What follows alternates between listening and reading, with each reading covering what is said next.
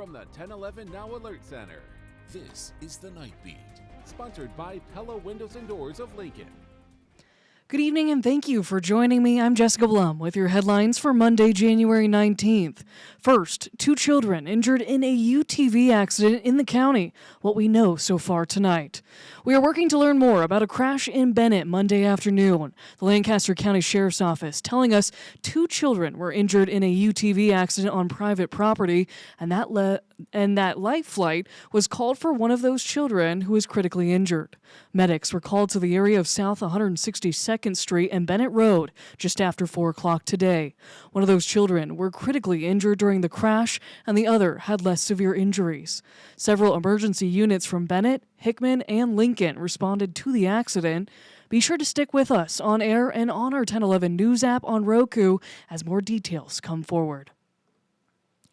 Well, we're hours away from the closure of the Tyson plant in Lexington, leaving thousands of people without a job. It's been a heated topic of discussion since the news first broke. While the closing date is officially set for tomorrow, workers have told us that some jobs and hours have already been cut by Tyson since earlier this month. In total, over 3,000 people are employed at the plant. The news received mixed reaction from Nebraska lawmakers. Governor Pillen called the cattle industry resilient and said the state will still have opportunities to work with Tyson. Others, like Senator Deb Fischer, blasted the decision. We reached out to several political figures on both sides of the aisle here in Nebraska to see how they reacted to this upcoming change. This isn't left versus right politics. This is big versus little, and the little guys are getting squished. And we have to continue. We have to keep the fight up. For the everyday working person. We reached out to Senator Ricketts' campaign for comment as well. A spokesperson said the senator wasn't available today and directed us to the GOP chair. We expect to speak with Ricketts tomorrow as the closure takes place. Now to an update tonight on a blaze in Saline County that destroyed several vehicles in a field near Crete this weekend. It happened just northwest of town. Here's a look at the scorched vehicles the fire left behind after yesterday morning's blaze.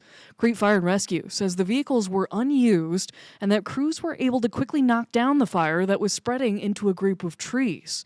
According to the CFR Facebook post, firefighters stayed on scene for about an hour. No one was injured, and it's unclear how the blaze started. Well, 5 goats and 4 ducks are dead after a shed fire in northwest Lincoln over the weekend. Lincoln Fire and Rescue says the shed is a total loss, and during the firefight, there was concern it would spread to the home. LFR says nobody currently lives there because it's under construction, so nobody was injured. A heat lamp that was used to keep the goats warm was the cause, according to the fire department. In lighter news about the Huskers tonight, another week and another record falls for Husker hoops. Nebraska men's basketball is ranked 7th in today's AP Top 25. It's the highest ranking in program history. The Big Red took down Oregon and Northwestern over the past week, both in dominating fashion, to improve to 18-0 on the season. The Huskers have the longest active win streak in college basketball at 22 games and are one of just 3 undefeated teams remaining in Division I. The other 2 teams, Arizona and Miami of Ohio. Here's a look at the full top 25. Arizona, UConn, Michigan, Purdue, Duke, and Houston are the 6 teams ranked ahead of the Huskers. Currently, the Big Ten has 5 teams ranked. Nebraska is back in action Wednesday night at home against Washington. The game will be underway at 8 p.m. and broadcast on the Big Ten Network.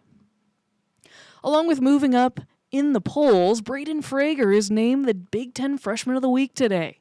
Frager scored a career-high 23 points in their win against Oregon and then followed it up with a 20-point outing at Northwestern. This is Frager's 3rd Freshman of the Week honor this season, the most by a Husker since Bryce McGowan's in 2022. Well, 1011 News and Nebraska Community Blood Bank are asking you to help save lives at the Broadcasters Unite for Life Winter Blood Drive. Be sure to join us Wednesday and Thursday at Havelock United Methodist Church. Donors do receive a Chick-fil-A sandwich and a T-shirt, so be sure to schedule your spot at ncbb.org and visit our website for more event information.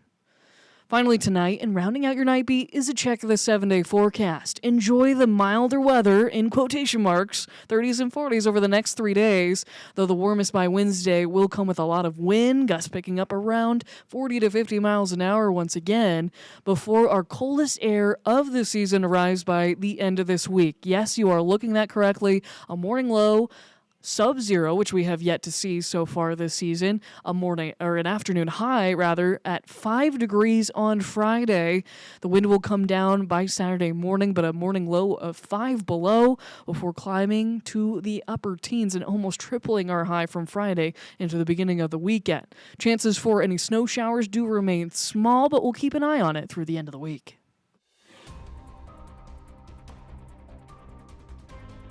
You've been listening to The Night Beat. Sponsored by Pella Windows and Doors of Lincoln. Watch, listen, and stream on the 1011 app on YouTube or wherever you get your podcasts.